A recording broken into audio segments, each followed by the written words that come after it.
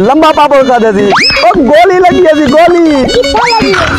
मत तो लगी है पहली गोली से मर पे गड्ढे पीता फील तले आ गए सी बस गोली लगी है पिटना बेटा गोली लगी है गोली कितनी दफा आता दादा मेरा बहुत रोमा ना मेरा दादा जिन्हें तोड़िया देंगे बोलो ना पता नहीं क्यों कौन आ गए आए अब्बा देखो कौन टाइम मिले पर मेरा दादा कोई वली में ना डांडा कहना जो असर कुती गया और पूरा से ना वाहन ठीक है उन्होंने कोई पान का इंतजाम करो भाई हाँ कैसा चाहिए कुआरी चावा वैसे हाँ अच्छा चावा जल्दी आमी आए दादा जानना पहुंच बने तो करके गुले ना बताऊं मैं जल्दी आमी क्या दाने चाहे मर के कहना